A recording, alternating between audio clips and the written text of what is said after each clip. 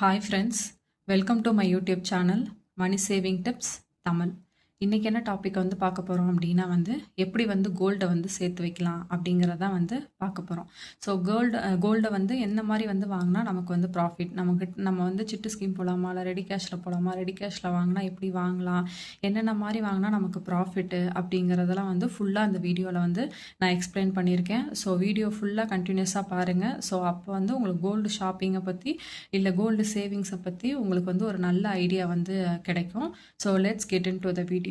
So first நம்மளால் எவ்வளோ gold வாங்க முடியும் ஒரு வருஷத்துக்கோ இல்லை ஒரு மாதத்துக்கோ, ஒரு மாதத்துக்கு எவ்வளோ கோல்டு வாங்க முடியும் இல்லை ஒரு வருஷத்துக்கு எவ்வளோ கோல்டு வாங்க முடியும் அப்படிங்கிறது நம்ம எவ்வளோ சேல்ரி வாங்குகிறோம் அப்படிங்கிறத பொறுத்தது.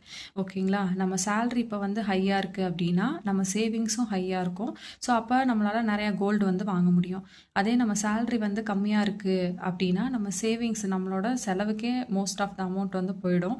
ஸோ சேவிங்ஸ் கம்மியாகும் போது நம்மளால் கம்மியான அமௌண்ட்டுக்கு தான் கோல்டு வாங்க முடியும். ஸோ இது நீங்கள் மைண்டில் ஃபிக்ஸ் பண்ணிக்கணும். ஸோ நம்ம சேலரிக்கு ஏற்ற அளவுக்கு தான் நம்மளால் கோல்டு சேர்த்து வைக்க முடியும். ஓகேங்களா? ஸோ ஃபஸ்ட்டு உங்கள் கோல் என்ன அப்படிங்கிறத ஃபிக்ஸ் பண்ணிக்கிங்க. ஓகேங்களா? ஸோ ஃபஸ்ட்டு உங்களால் மாதம் எவ்வளோ சேர்த்து வைக்க முடியும் அப்படிங்கிறத கண்டுபிடிங்க. ஓகேங்களா? ஸோ இப்போ மாதம் ஃபார் எக்ஸாம்பிள் ஒரு 1500 உங்களால் சேர்த்து வைக்க முடியுது அப்படின்னா இயர்லி உங்களால் எவ்வளோ சேர்த்து வைக்க முடியும்? ஸோ 1500 × 12 அப்படின்னு போட்டோம் அப்படின்னா 18,000 உங்களால் சேர்த்து வைக்க முடியும். ஸோ 18,000 அப்படின்னா இப்போதைக்கு இருக்க ரேட்டுக்கு நம்மளால் 1 கிராம் தான் வாங்க முடியும். ஓகேங்களா? ஸோ அப்போ உங்களோட கோல் என்ன அப்படின்னா இந்த இயரில் நான் ஒரு 1 கிராம் காயின் வாங்கிடணும் அப்படிங்கிறத நீங்கள் கோலாக வச்சுக்கலாம். ஓகேங்களா? ஸோ இப்போ உங்கள் சேவிங்ஸை பொறுத்து நீங்கள் எவ்வளோ கோல் வச்சுக்கலாம் அப்படிங்கிறத நான் இங்கே கொடுத்துருக்கேன். ஸோ மாதம் உங்களால் ஒரு 1500 சேர்த்து வைக்க முடியும் அப்படின்னா நீங்கள் வருஷத்துக்கு 18,000 சேர்த்து வச்சுருப்பீங்க. ஸோ அப்போது உங்களால் ஒரு வருஷத்துக்கு 1 கிராம் வாங்க முடியும். ஒரு மாதத்துக்கு உங்களால் 3,000 சேர்க்க முடியும் அப்படின்னா உங்களால் வருஷத்துக்கு 36,000 சேமிக்க முடியும். அப்போ உங்களால் 2 கிராம்ஸ் கோல்டு வாங்க முடியும். இல்லை எங்களோட சேலரி கொஞ்சம் ஜாஸ்தி அப்படின்னா ஒரு மாதத்துக்கு உங்களால் 6,000 சேர்த்து வைக்க முடியுது அப்படின்னா ஒரு வருஷத்துக்கு 72,000 நீங்கள் சேர்த்து வைக்கலாம். ஸோ 4 கிராம் உங்களால் வாங்க முடியும். 10,000 சேர்த்திங்க அப்படின்னா 1,20,000 நம்மக்கிட்ட வருஷத்தில் சேவ் ஆகும். ஸோ உங்களால் 7 கிராம் வாங்க முடியும். 12,000 சேர்த்து வச்சிங்க அப்படின்னா 1,44,000 உங்களால் சேர்த்து வைக்க முடியும். ஸோ 8 கிராம் வாங்கலாம். பாருங்கள், 1 கிராம் கோல்டு வாங்கணும் அப்படின்னா மாதம் நம்ம 12,000 சேர்த்து வைக்கணும். கோல்டு எந்த அளவுக்கு ரைஸ் ஆகிருக்கு அப்படிங்கிறத இதிலே நீங்கள் கண்டுபிடிக்கலாம். ஸோ அப்போல்லாம் 5,000 தான் கிராமாவே இருந்தது. இந்த 12,000 எடுத்துகிட்டு போனால் அப்போ கிட்டத்தட்ட 1/4 பவுனுக்கு மேலே வாங்கிட்டு வந்துடலாம். பட் இப்போ 1 கிராம் கூட இந்த 12,000 வச்சு வாங்க முடியாது. ஸோ அதுக்கேற்ற மாதிரி உங்கள் சேவிங்ஸை இன்க்ரீஸ் பண்ணுங்கள், இல்லை உங்கள் சேலரியை இன்க்ரீஸ் பண்ணுங்கள் உங்கள் டார்கெட் ஜாஸ்தியாக இருக்குது அப்படின்னா. ஓகேங்களா? ஸோ ஃபஸ்ட்டு இப்போ நான் அந்த 1,500, 3,000, 6,000, 10,000, 12,000 அப்படின்னு சொல்லி போட்டுட்டேன். ஸோ இந்த அமௌண்ட்டை நான் ஃபஸ்ட்டு எப்படி கண்டுபிடிக்கிறது அப்படின்னா ஃபஸ்ட்டு ஒரு பட்ஜெட்டை போடுங்க. அந்த பட்ஜெட்டை போட்டுட்டு அதில் உங்கள் சேவிங்ஸ் என்ன அப்படிங்கிறத கண்டுபிடிங்க. ஒரு சின்ன சின்ன செலவுலையும் சேர்த்து வைக்க ஆரம்பிங்க. ஸோ பட்ஜெட் போட்டுட்டிங்க அப்படின்னா உங்களுக்கு தெரிஞ்சிடும். உங்களுக்கு காய்கறிக்கு எவ்வளோ செலவாகுது, பாலுக்கு எவ்வளோ செலவாகுது, நான்வெஜ்ஜுக்கு எவ்வளோ செலவாகுது, க்ரௌசரிஸ்க்கு எவ்வளோ செலவாகுது, வெளியில் போகிறதுக்கு எவ்வளோ செலவாகுது, தேட்டர் போக எவ்வளோ செலவாகுது, பீச்சுக்கு எவ்வளோ செலவு பண்ணுறோம், இல்லை வெளியில் ஆர்டர் பண்ணுறது எவ்வளோ செலவு பண்ணுறோம், எல்லா டீட்டெயில்ஸும் உங்களுக்கு தெரிஞ்சிடும். ஸோ அதில் நிறைய விஷயத்தை கட் டவுன் பண்ணி அந்த அமௌண்ட்டை சேர்த்து வைங்க. ஸோ சேர்த்து வைக்க நீங்கள் 1,500 சேர்த்துக்கிட்டு இருந்தீங்கன்னா நீங்கள் 3,000 உங்களால் சேர்த்துக்க முடியும். 3,000 சேர்த்துக்கிட்டு இருக்க ஆளாக இருந்தீங்க அப்படின்னா உங்களால் 6,000 சேமிக்க முடியும். ஸோ பட்ஜெட் போட்டிங்க அப்படின்னா உங்கள் சேவிங்ஸ் இன்க்ரீஸ் ஆகிறத நீங்களே பார்க்கலாம். ஸோ என்னோட வீட்டோட பட்ஜெட்டை நான் ஒரு வீடியோவாக பண்ணி போட்டிருக்கேன். ஸோ அந்த வீடியோவில் நான் எப்படி எப்படிலாம் சேவ் பண்ணுறேன் அப்படிங்கிறத ஃபுல்லாக எக்ஸ்பிளைன் பண்ணியிருக்கேன். ஸோ அந்த வீடியோட லிங்க்கு டிஸ்கிரிப்ஷன்லேயும் கொடுக்குறேன், என் கார்டுலேயும் கொடுக்குறேன். செக் பண்ணி பாருங்கள். உங்களுக்கு பட்ஜெட் போடுறதுக்கு அந்த வீடியோ ரொம்பவே யூஸ்ஃபுல்லாக இருக்கும். ஸோ செகண்ட் ஸ்டெப்பு, இப்போ உங்களால் ஒரு மாதத்துக்கு எவ்வளோ சேர்த்து வைக்க முடியும் அப்படின்னு சொல்லி நீங்கள் கண்டுபிடிச்சிட்டிங்க. அந்த அமௌண்ட்டை என்ன பண்ணுறது அப்படின்னு சொல்லி பார்க்கலாம். நிறைய பேர் யூடியூப்லேயே நான் பார்த்துருக்கேன். அதை உண்டியலில் போட்டு வைங்க, பர்ஸில் போட்டு வைங்க, டெய்லி 100 ரூபாயை எடுத்து பர்ஸில் போட்டு வைங்க அப்படிலாம் சொல்லுவாங்க. நான் சேவிங்ஸ் அக்கௌண்ட்டில் கூட வைக்காதீங்கன்னு தான் சொல்லுவேன். சேவிங்ஸ் அக்கௌண்ட்டில் கூட ஒரு 2 to 3% இன்ட்ரெஸ்ட்லாம் கொடுக்குறாங்க. பட் உண்டியல்லையோ பர்ஸ்லேயோ நம்ம வச்சுருக்க அமௌண்ட்டு என்றைக்குமே வளரவே வராது. ஓகேங்களா? இப்போ நீங்க ரூ. 500 வச்சுட்டு நீங்க ஒரு 10 வருஷம் கழிச்சு நீங்க அத பார்த்தீங்கனாலும், அது ரூ. 500 தான் இருக்கும். அதனால நீங்க கோல்டுக்குன்னு காசு சேர்க்குறீங்க அப்படின்னா, அத கண்டிப்பா வந்து உண்டியல்லயோ, பர்ஸ்லயோ இல்ல சேவிங்ஸ் அக்கவுண்ட்லயோ சேவ் பண்ணக்கூடாது. உங்களுக்கு எவ்வளோ அமௌண்ட் இருக்கோ, அத வந்து நீங்க கோல்டா தான் வந்து வாங்கணும்.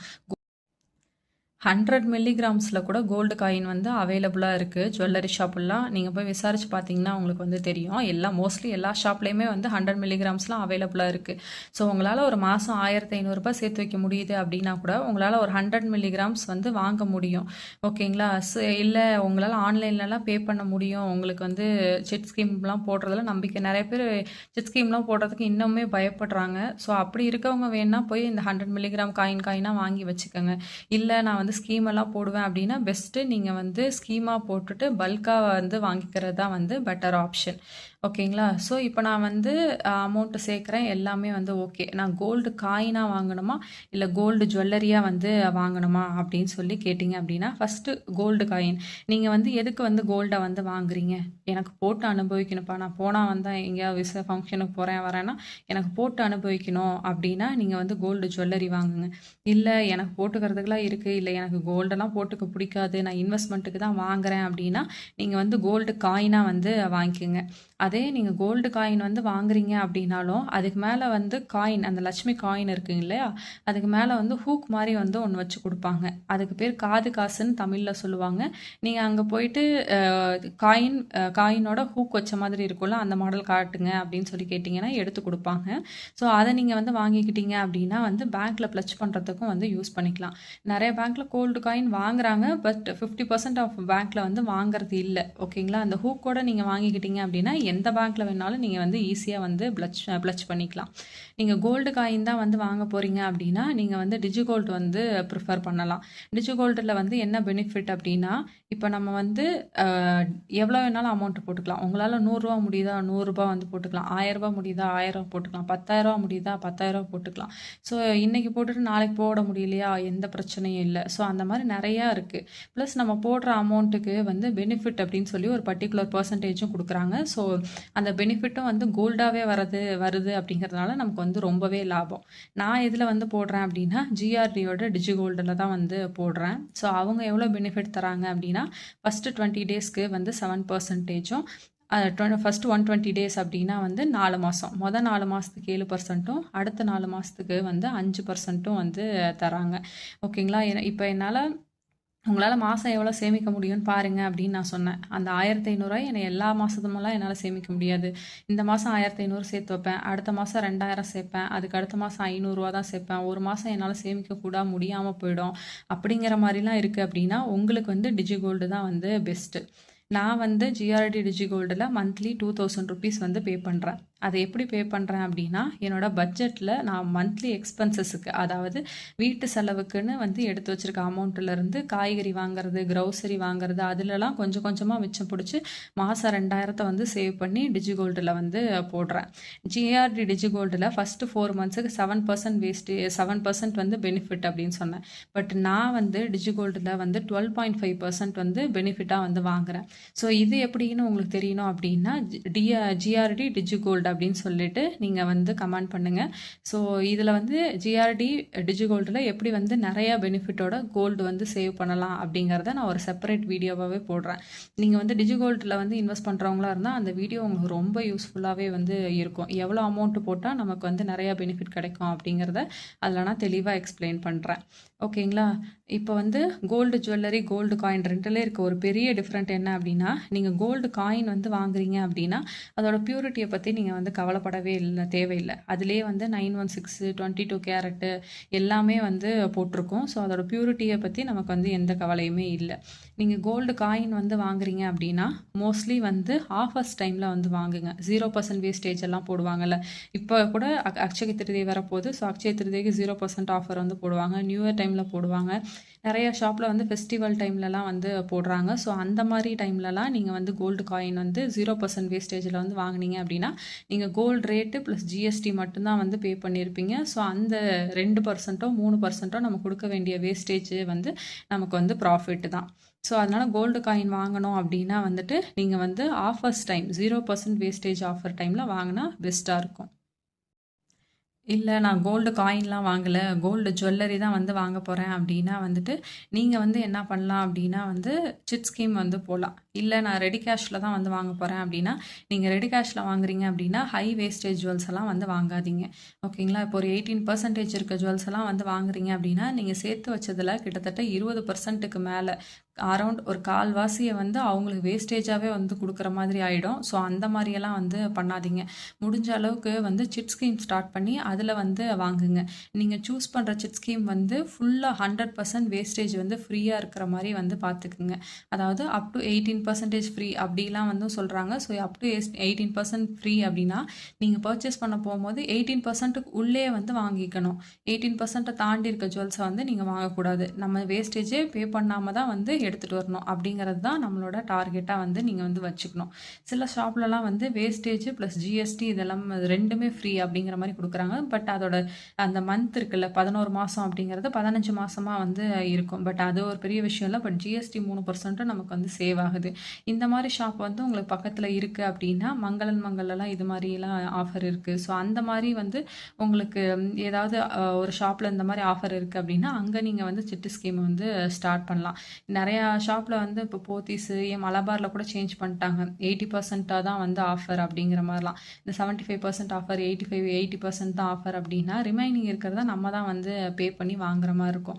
நம்ம சிட்டு போட்டிருக்கோம்னு சொல்லி 18% வந்து எடுக்கலாம் அப்படின்னு சொல்லி பார்ப்போம். பட் அவங்க 80% அவங்க பே பண்ணிட்டு நம்ம 2% பே பண்ணணும்னா 2% கூட கிட்டத்தட்ட 3.5% வந்து நமக்கு வந்து கொடுக்குற மாதிரி இருக்கும். ஸோ அது நமக்கு வந்து வேஸ்ட்டு தான். 1,00,000 வாங்கினோன்னா கூட ஒரு 3,500 வந்து நம்ம வேஸ்டேஜாக கொடுக்குற மாதிரி தான் வரும். ஸோ அதனால் அந்த மாதிரி இதுக்கு நீங்கள் போகவே போகாதீங்க. மோஸ்ட்லி வந்து வேஸ்டேஜ் வந்து ஃபுல்லாக ஃப்ரீயாக இருக்கிறதா வந்து பார்த்து வாங்கிக்கிங்க.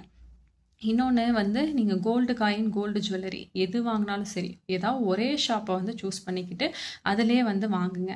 ஏன் அப்படின்னு சொல்கிறேன் அப்படின்னா, இப்போ நீங்கள் வந்து கோல்டு காயின் வந்து வாங்கி வாங்கி வச்சுருக்கீங்க. 1 கிராம் 1 கிராம் அந்த மாதிரி வந்து வாங்கி வச்சுருக்கீங்க. அதை வந்து ஒரு ஒரு பெரிய ஜுவல்லாக மாற்றுறீங்கன்னு வச்சுக்கோங்க. ஒரு 3 சவரனோட நெக்லஸ் வந்து வாங்க போகிறீங்க அப்படின்னா, அந்த கோல்டு காயினை வந்து நீங்கள் கொடுக்கும்போது 1%, 0.5% அந்த மாதிரி வந்து மைனஸ் பண்ணிக்கிட்டு தான் வந்து எடுக்கிறாங்க ஒவ்வொரு ஷாப்பில்.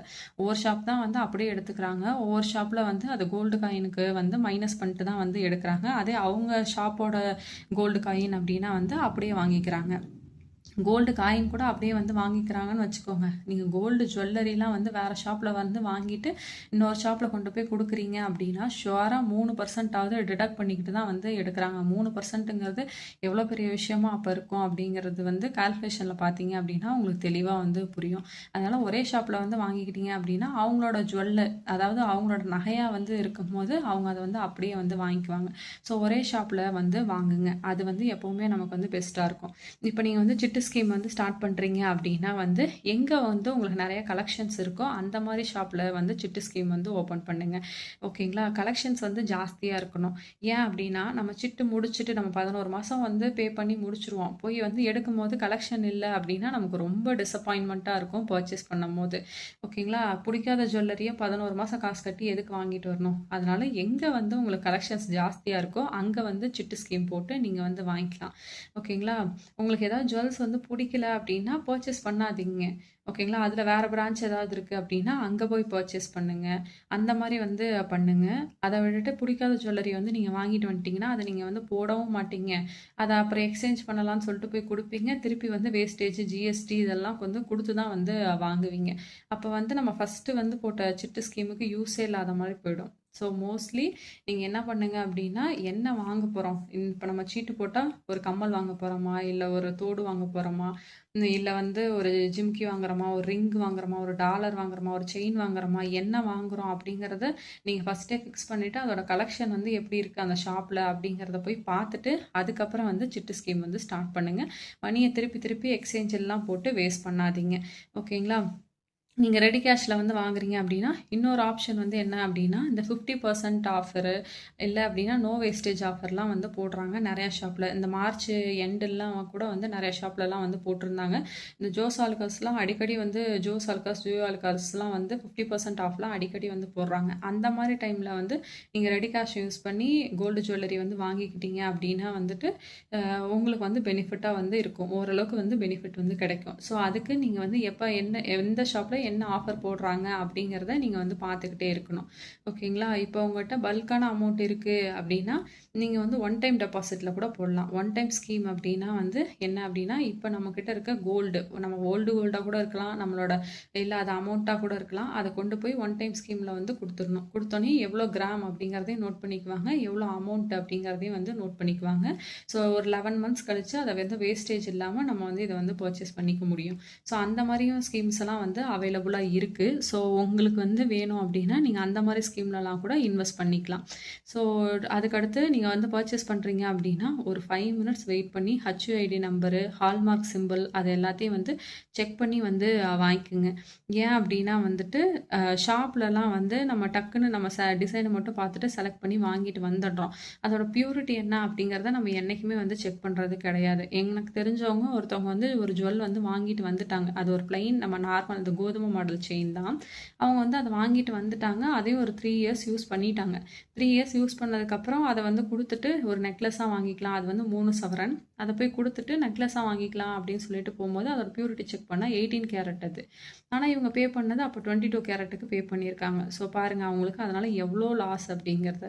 ஸோ ஒரு 2 மந்த்ஸ் தான் ஆகும். அங்கே இருக்க சேல்ஸ் பர்சன் கிட்ட கூட நீங்கள் வந்து கேட்கலாம், எங்கே வந்து HUID நம்பர் இதில் இருக்குது காட்டுங்க, எங்கே ஹால்மார்க் சிம்பிள் இருக்குது காட்டுங்க, எங்கே உங்கள் கடையோட சீல் இருக்குது காட்டுங்க அப்படின்லாம் நீங்கள் கேட்டு பார்த்து செக் பண்ணி வந்து வாங்கிக்கிங்க. அண்டு நெக்லஸ் அண்ட் ஹாரம்லாம் வந்து வாங்க போகிறீங்க அப்படின்னா இது வந்து ஒரு ஆட் ஆன் டிப்பு. நெக்லஸ் ஹாரத்துக்கு பின்னாடி பேக் ஹுக் இருக்கும்ல, அந்த குட்டி குட்டி ரிங்ஸாக வந்து போட்டுருக்கும்ல, அதை வந்து எப்போவுமே வந்து பர்ச்சேஸ் பண்ணாதீங்க. ஏன் அப்படின்னா வந்து இப்போ நான் வந்து நெக்லஸ் ஹாரத்தோட நம்ம இதை வந்து பர்ச்சேஸ் பண்ணும்போது இப்போ நெக்லஸ் ஹாரத்துக்கு 18% வேஸ்டேஜ்னா அந்த பேக் ஹூக்குக்கும் வந்து 18% வேஸ்டேஜை தான் வந்து போட்டு நமக்கு வந்து கால்குலேட் பண்ணி கொடுக்குறாங்க.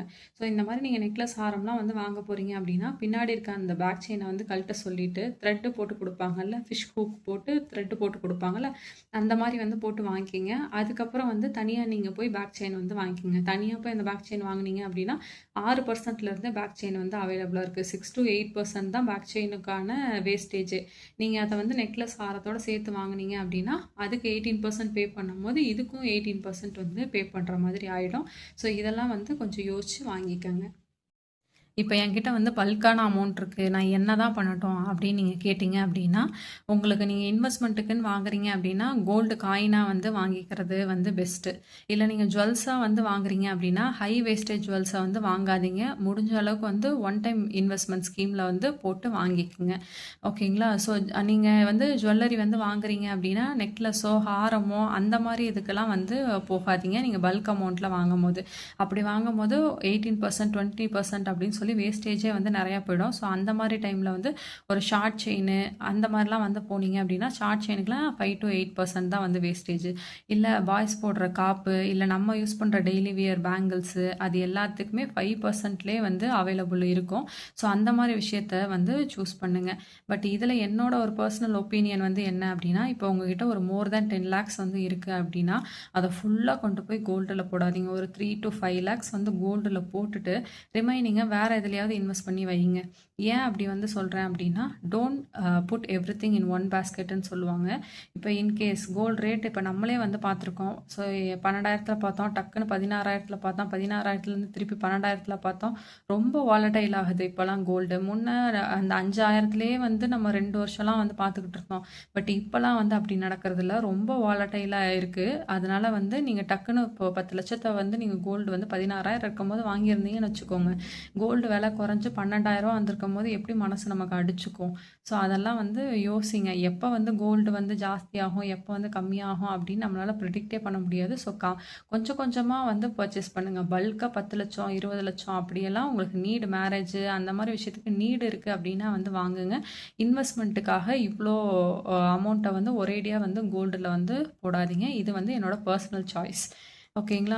ஸோ இப்போ நிறைய பேர் பண்ணுறது வந்து என்ன அப்படின்னா, நகையை அடகு வச்சு நகை வாங்கலாமா அப்படின்னு சொல்லி கேட்குறது. ஸோ அதுக்கு வந்து நான் என்ன சொல்லுவேன் அப்படின்னா, கோல்டு ரேட்டோட வாலடைலாக இருக்குது. ஜாஸ்தி ஆகுது, கம்மியாகுது. ஓகேங்களா? ஸோ நீங்க வந்து மென்டலா ப்ரிப்பேர் ஆயிக்கணும். உங்களுக்கு ப்ராஃபிட் வந்தாலும், எனக்கு ப்ராஃபிட் வந்துருச்சு அப்படின்னும் நீங்க திங்க் பண்ணக்கூடாது. லாஸ் ஆயிருச்சுனாலும், ஐயோ! இப்ப 12,000க்கு போயிருச்சே, நான் 16,000க்கு வாங்குனனே அப்படிலாம் நீங்க நெனச்சு அத வந்து மண்டையில போட்டு குழப்பிக்கிட்டே இருக்கக்கூடாது. நானும் ஒரு ஷார்ட் செயின் வந்து வாங்கியிருந்தேன் மலபார்ல. அத பத்தின கோல்டு ஷாப்பிங் விளாக் அப்படின்னு சொல்லிட்டு ஒரு வீடியோ கூட போட்டிருக்கேன். நான் எவ்வளோக்கு வாங்கியிருந்தேன் அப்படின்னா, 13,700 பிப்ரவரி ஸ்டார்ட்டிங்ல வாங்கியிருந்தேன். இப்போ மார்ச்ல ஸ்டார்ட்டிங்ல என்னாச்சு, மார்ச் ஃபர்ஸ்ட் வீக்கு கிட்டே கிட்டத்தட்ட 12,000 கிட்டலாம் வந்து கோல்டு வந்து போயிடுச்சு. ஸோ அப்போலாம் எனக்கு ஒவ்வொரு சமயம் தோணும், நம்ம வந்து கிட்டத்தட்ட ஒரு 15,000 20,000 லாஸ் பண்ணிட்டோமே அப்படின்னு. பட் அந்த மாதிரிலாம் நீங்கள் வந்து திங்க் பண்ணாமல் இருந்தீங்க அப்படின்னா ஓகே. நீங்க நகையெல்லாம் வந்து பிளட்ஜ் பண்ணி வாங்கிக்கலாம்.